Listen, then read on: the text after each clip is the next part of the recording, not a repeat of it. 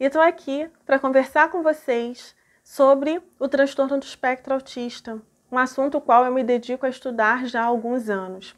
Hoje vamos conversar sobre a diferença entre crise e birra, porque é sabido que acontece muito entre as crianças do espectro autista, né? Não só com as crianças do espectro autista, criança comum também faz birra, né? Criança típica também faz birra, mas hoje a gente vai conversar sobre isso. Se você, assim como eu, gosta desse assunto, eu peço que fique aqui comigo.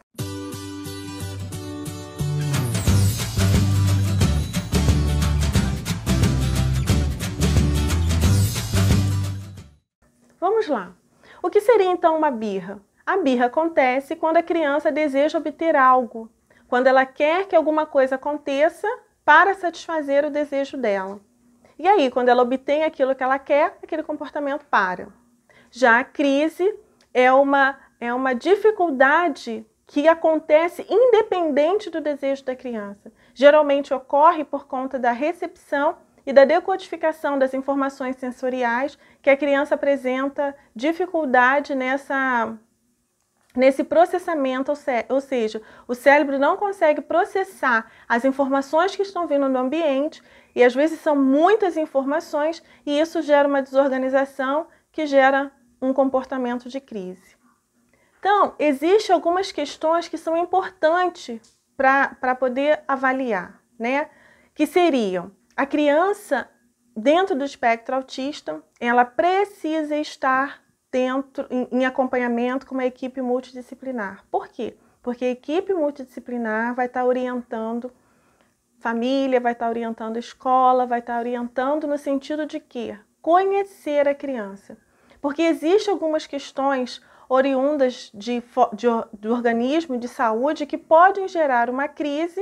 E às vezes, se você não tiver esse tipo de conhecimento, você acha que é só uma birra para poder obter algo. Como, por exemplo, prisão de ventre, um sapato apertado ou uma roupa apertada. Quando a criança está com um corpo febril, né, uma alteração aí de saúde, isso pode gerar uma crise, porque a criança não consegue externalizar o que está sentindo, em sua maioria, por conta da falha nesse processo comunicativo. Então, ela tende a ter esse comportamento, até a manifestação de desconforto mesmo, para manifestar que algo está acontecendo de errado. Então, quem lida com essa criança precisa estar atento ao que está acontecendo, precisa estar atento a essa criança, precisa conhecer essa criança. Geralmente, a birra passa quando a criança recebe o que ela quer, né? Quando a criança recebe aquele objeto que ela quer. Então, vamos pensar nisso dentro de uma dinâmica de escola, né? Vamos lá, professor, você com seu aluno.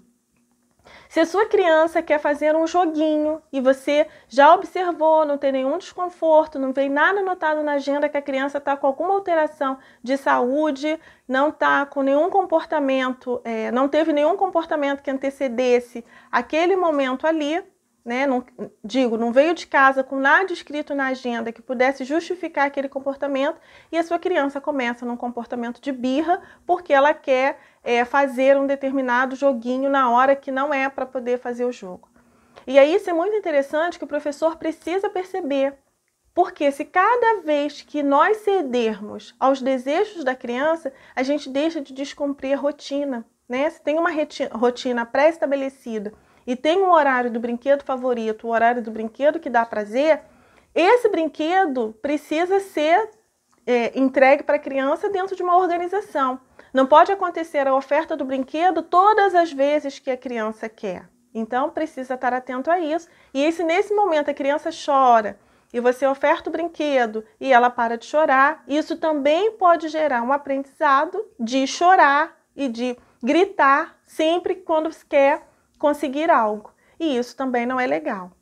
O mais importante é perceber que as crises podem acontecer voltando do recreio, né? Um ambiente onde tem muitas crianças, muita gritaria, muita confusão, cheiro de alimentos diversificados.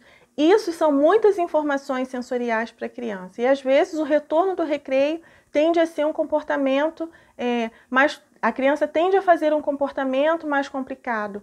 onde ela não consegue efetivamente dizer o que aconteceu, né? Ela não está ali desejando algo propriamente dito e começa num processo de crise, de choro, de reclamação. E aí o professor também precisa estar atento, porque aí algumas considerações são importantes. Tipo que uma coisa que é muito legal é o redirecionamento, porque é uma ferramenta muito poderosa.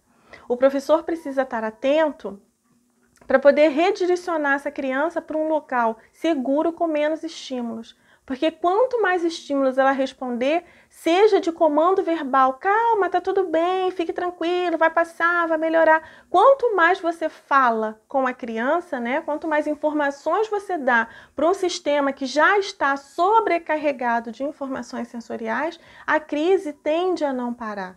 Pelo contrário, ela tende a piorar. Então, menos é mais. Tentar usar de frases curtas, bem diretiva, conduzir essa criança para um lugar onde ela tenha um pouco menos informações sensoriais, um lugar calmo, um lugar tranquilo. Isso tende a fazer com que essa criança se organize, que ela vai se organizando e ela volte ao padrão normal dela de tranquilidade, né? Isso quando for uma crise. Por quê? Porque quanto menos informação ela for tendo, aquela sensação, aquele bombardeio de informações que vinham sendo dadas vai diminuir e automaticamente, com o tempo, essa criança vai voltando ao padrão dela. Já na birra, todas as vezes que a gente ceder o que a criança quer, nós podemos estar cometendo um erro, ou seja, podemos estar cometendo um erro de fazer com que essa criança aprenda a se comunicar através de gritos, através de choro, para obter o que quer. Então, isso precisa estar muito claro, né? Nem sempre fazer o que a criança quer, naquele momento a gente vai estar ajudando a ela. E ela precisa realmente aprender essa questão, né, do aguardar e do esperar e dessa questão social que nem sempre é possível ter aquilo que ela quer naquela hora. Por isso a importância da aplicação da rotina, a importância do diálogo sempre com um comportamento muito afetuoso, sempre com muito carinho, sempre com muita tranquilidade. No momento de uma crise ou de uma birra, o adulto que está com a criança, ele tem que manter a calma, ele tem que aprender a respirar, porque se a criança já está no momento tanto de birra quanto de crise, e a pessoa que está com ela nesse momento também está muito nervosa, levanta o tom de voz e fala de uma forma mais agressiva, esse comportamento não vai ajudar. Ou seja, o tom de voz tem que ser adequado, tem de falar mais baixo, com frases curtas e diretivas, porque isso sim vai trazer uma reorganização para a criança, para que ela possa se reorganizar e voltar ao seu estado de normalidade, né? O seu estado, o seu padrão normal, porque nem sempre, nem em todo momento, ela vai estar fazendo crises ou birras, né? Então, a gente tem que estar atento a essas questões. Então, essa foi a dica de hoje, a diferença entre birra e crise. Eu penso que seja muito importante para o professor, né? Dito tudo isso, conhecer o aluno é a ferramenta fundamental. A forma com que você vai conduzir as duas situações também é fundamental, porque elogiar sempre as memórias efetivas também é uma ferramenta importantíssima para poder ajudar a criança a sair daquela situação. Porque, na verdade, existe ali uma tentativa de autocontrole, que ela não consegue dar conta naquele momento, mas a cada tentativa dela poder se autocontrolar, isso tem que ser elogiado, isso tem que ser um reforçador para que essa criança dê conta de passar por esse momento de desconforto. Tá joia? Essa foi a dica de hoje. Obrigada. Até o próximo vídeo. Tchau!